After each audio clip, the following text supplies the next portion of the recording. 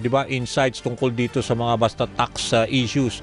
Walang iba kundi si Mon Abrea, Mon, Danny Buenafe sa programang Kabayan. Sir Danny, magandang umaga at ito ang pagmamahal na ayaw natin. Yung pag-uusapan natin. Maraming salamat, Mon. Alam ko nasa abroad ka, no? 'Di ba? Ngayon? Opo, pabalik din ako bukas na sa Bangkok tayo at ganun din dito. Ramdam natin ang problema ng crudo. Okay. Pero matraffic pa din. Okay, oo. Bali, Mon, at least malinaw ang signal natin. For now kasi, itong tungkol sa excise tax kasi 'di ba priority bill na nga ito ng Pangulo, sinertify na as urgent, nakapending na sa Kongreso. Pero may binabanggit kasi si Senator Lacson, alam ko na rinig mo na rin 'to, yung pwede naman daw i-amyendahan yung National Internal Revenue Code na hindi na kailangan dumaan pa sa legislation, kahit executive order o Pangulong Marcos lang pwede niyang gawin yan, natanggalin yung excise tax. Tama po. Ito po yung ang pinagbabasihan niyan yung train law. Kasi sa train law, diba, doon natin unang nilagay yung economic indicator na pag lumagpas sa $80 per barrel na sustain ng 3 months, may automatic suspension. However, nung ginawa kasi yung train law, medyo short-sighted yung batas. 2018 to 2020 lang, may expiration siya. Hindi natin inakala na magkakaroon ng gera o mas malalang sitwasyon. Kasi imagine mo, Dani, $80 lang pinag-uusapan noon. Ngayon 120 na. 100 na nga Oo kanina so, lang honestly po, i-abolish natin ng Congress, ang bagal nila. Dapat talaga nasuspindi na yung excise tax. Pero po, ako po, sangayon tayo sa DOF na medyo malaki yung revenue loss natin dyan. At kapag para po doon sa mga nananawagan ng suspension, kalma lang po tayo. Ang mas immediate at may direct impact is subsidy. Kasi kapag sinuspend natin siya, hanggang kailan natin sususpindihin? Bilyon-bilyon ang mawawala sa koleksyon natin na dapat nakolekta natin sa mga mayayaman at malalaking kumpanya na mawawalan din ng excise tax kapag sinuspend siya. Kasama sila sa magbebenepisyo. So, hindi natin sang-ayon tayo na masuspend kasi nga extraordinary times, pero hindi tayo pwedeng umasa lang doon at hindi siya pwedeng pangmatagalan. Kasi bilyon, aabot ng 120 billion to 160 billion ang mawawala. Kung excise, pag sinama mo yung VAT, aabot ng more than 200 billion. Tama, yun nga ang medyo malaki pong kawalan yan. Lalo na, kung meron naman pwedeng subsidy na 5 billion lang, mabibigyan na natin lahat ng vulnerable sectors or yung mga PUV drivers, mga farmers at lahat ng maapektuhan. So sa akin po kalma, wag tayo masyadong padalos-dalos kasi alam niyo po ang Kongreso at Senado madaling maudyokan pag may nagrarally dahil malapit din ang eleksyon. So hindi po natin pwedeng pangmatagalan ang suspension. Agaran kailangan na, pero sang-ayon tayo kay Senator Lacson, hindi na pwedeng pa emergency power, dapat automatic suspension, nasa batas na.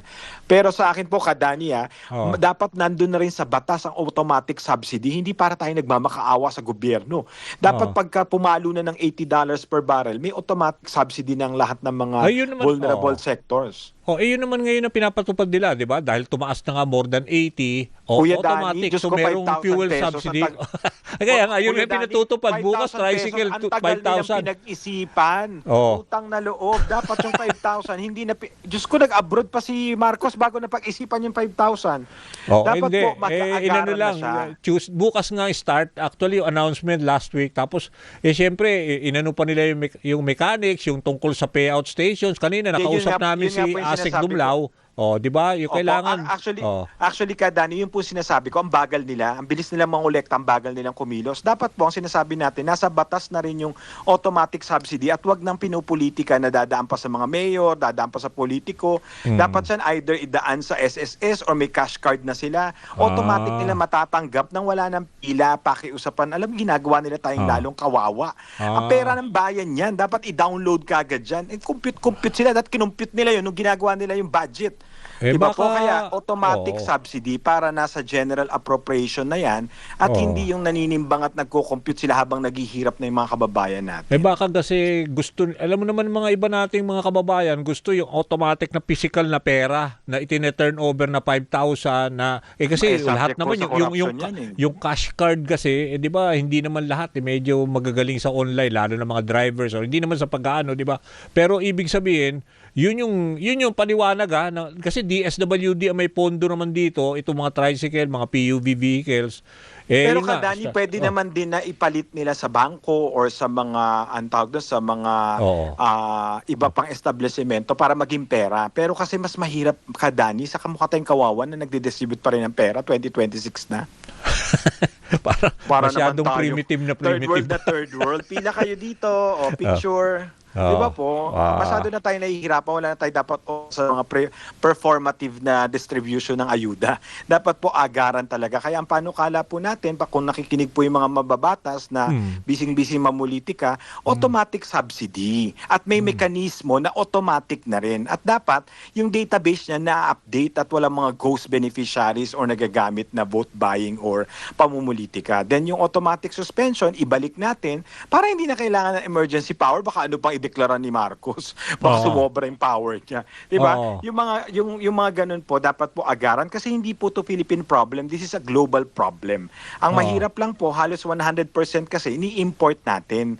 Kaya in the long run, Kadani, dapat nag-iisip na rin ng gobyerno anong alternative alternative suppliers or sources. Siyempre nandiyan yung renewable energy Yan. gumamit ng electric vehicles, 'di ba? Na pati yung mga public transport. Tapos sana po yung mga LGU, yung gobyerno, maging creative. Di ba nung panahon ng COVID, si VP Lenny nag-provide ng mga free buses. Dapat may mga ganong interventions, hindi puro sila press release, nakakainis, sayang ang sweldo nila. Alam ko mga ibang LGUs nagpo-provide ng mga free transport. Lalo yan, nagtatawag na naman itong tigil pasada ang piston.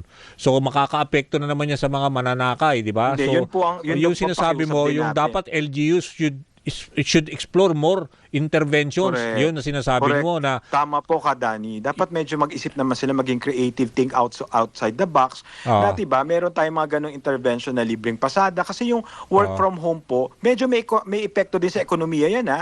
Kasi pag hindi mo pinapasok yung mga tao, walang kakain sa mga establishmento, walang pupunta ng mababawasan yung kita ng mga nasa paligid ng mga opisina. So medyo maapektuhan din yung ekonomiya o at kita saka, ng ibang tao. Di ba yung isa ring ano dyan, yung parang, ganun din, kung nasa bahay yan, mag-aircon din yan, gagamit din ng ibig sabihin, hindi naman makakatipid. Pero yun lang, sa pasahe siguro, or yun na nga.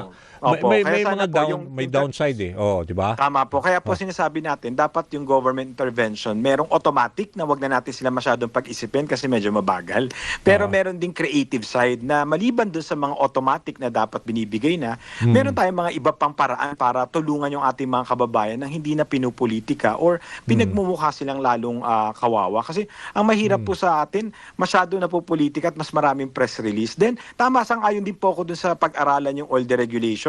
Kasi supposedly, gagawin niyang competitive yung presyo, parang pare-pares yung presyo nila. So, talaga bang beneficial pa para sa atin yung all the regulation or dapat na itong rebisahin? Pag-aralan na talaga. So, sa'yo, okay sa'yo. Kasi for now, nakikita rin natin, may mga nagsasamantala Mon eh. Di ba? Ng mga oil companies, di ba? Yung mga ayaw magsasara na maaga kahit meron pang inventory, yung mga ganun. Naku, Kadani, maraming salamat at sinabi nyo. Dapat po, ang DTI magbantay din, wag din PR ng PR, price monitoring, yung mga against profiteering. Sa totoo lang po, parang lahat sila artista. Ang daming taong gobyerno gusto mag-artista. Epal ba? Epal? Ganun ba? Tapos, Kadani, ang daming artista gusto mag-gobyerno kahit wala namang alam, utang na loob, kaya tayo nagkakaganito. Then, ang smuggling, Kadani, wag nating kalimutan. Sa gitna ng gulo na to, may mga yumayaman. May mga po may nagkakapera. nagsasamantala para yung COVID din, di ba? So Sinamantalahan sana po yung mas magbantay. At sangayon, saludo naman tayo kay Commissioner Ariel, pero tulungan din sila ng LGU, etc. Kasi ang dami-dami, alam naman natin yung mga nangyayari, yung mga tulo, yung mga truck dyan na nagbapasa ng mga smuggled oil. So ito po mga issues, di ba, na lalong mas mananampantala kasi nga medyo mabagal o hindi makakilos yung gobyerno o walang pakialam. So, then yung Renewable Energy Act dapat pag-aralan na rin. Yun na nga, sinasabi mo, kung we're talking of renewable energy, you also strongly advocate na we shift to electric cars. Kasi mas mura-mura kahit papano. Ako, I'm a user mo ng electric car. Naramdam ko, laki na natitipid. At saka yung solar panel, isa rin yan, diba? Dapat, kasi pwede naman daw mag-loan sa GSIS or whatever kung medyo namamahalan. Hindi, pero alam mo po, Kadani, yung mga ganon. ang nakakatawa dito, Kadani, 2008 pa yung Renewable Act, pero kahit isang government agency walang solar panel. Oo. Bakit hindi simulan ng gobyerno? Ang problema kasi sa gobyerno, mahilig mag-utos, ayaw naman nila magbigay ng example. Dapat set a good example. Dapat sa susunod na budget ng gobyerno, talagang meron din silang conversion to renewable energy. Para even yung public transport, yung mga buses, unti-unti nilang ma-convert. Hindi yung utusan nila i-convert, i-modernize yung jeepney, i-convert sa renewable energy. Pero yung mismong gobyerno, nandun pa rin sa old traditional na paggamit ng langis at kuryente. Yung pag-i-implement ang nagiging problema. So yun lang po, parang sa akin, maganda pong napag-uusapan natin siya. Pero yung taong gobyerno, wag pa-interview ng pa-interview.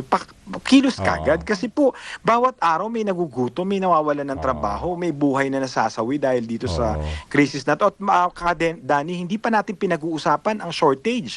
Right now, wala pa po tayong fuel shortage. Pero ang record is nasa 60 days yung maximum inventory natin. Ngayon, ilang araw na lang, wala habang saradong nagtatanong. Strait of Hormuz, nadideplete eh. Di ba? Exactly. Alam niyo po, may nagtanong sa akin sa Facebook, ano ba yung Strait of Hormuz? Yung po kasi yung dinadaanan nung lahat ng crudo, halos 20 to 25% ng supply. At tayo po, 90 to 95% nakadepende po tayo sa supply mula sa Middle East. At doon po dumadaan yun, kaya nga po ang basihan natin Dubai crude oil. Hindi po yun, ang tawag doon, global term lang. Yung po yung supplier natin. At kapag ka nagkaroon ng krisis, kahit walang gera, tumataas yung shipping cost, yung insurance, pag may gera, sarado pa. or disruption, sarado siya. So, lalong magkakaroon ng problema sa supply. So, okay. So, kaya po, mahalaga na ready din tayo sa alternative. Paano po mag-extend to? Diba? Yung ang tawag dito, yung pag-extract suko na nga lang. ibang driver mo suko na iba. Parang feeling nila wala na in transport sector. Pero ikaw, personally, dahil kinakapos tayo ng oras, yung pag-alis sa VAT on top of the excise tax, hindi po tayo sang-ayon doon 200 billion. Masyado po mangungutang na naman tayo. Parang yung epekto niya Dani, mas malala. Kasi nasa 19 trillion na yung utang natin, baka pumalo tayo ng 20 trillion bago sasabihin na naman, uutang matapos tayo. yung taon na to. So sa akin po, yung 5,000 yung 5,000 subsidy, siguro 3.5 billion lang yan. So kahit another 5,000 kaya ng gobyerno, then another 5,000. Oo. Opo. Okay. So baka daw pwede raw yung tax daw, yung mga bilyonaryo na lang. Tama po.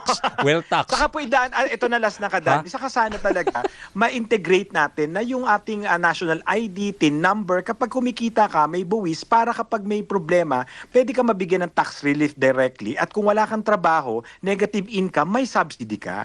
Wala tayong database Dani. Talaga naguhulaan.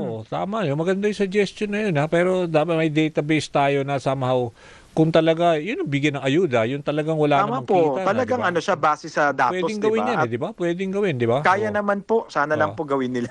Oo. Sige Mon, nako, na-istorbo ka namin dyan sa conference mo sa Bangkok. Pero anyway, sama-sama tayo sa pag-solusyon dito sa problema ng bayan. Maraming salamat po Dani. Salamat sa mga insights mo. Thank you very much. Yan ho si Mon Abreas, Chief Tax Advisor ng Asian Consulting Group. Mag-commercial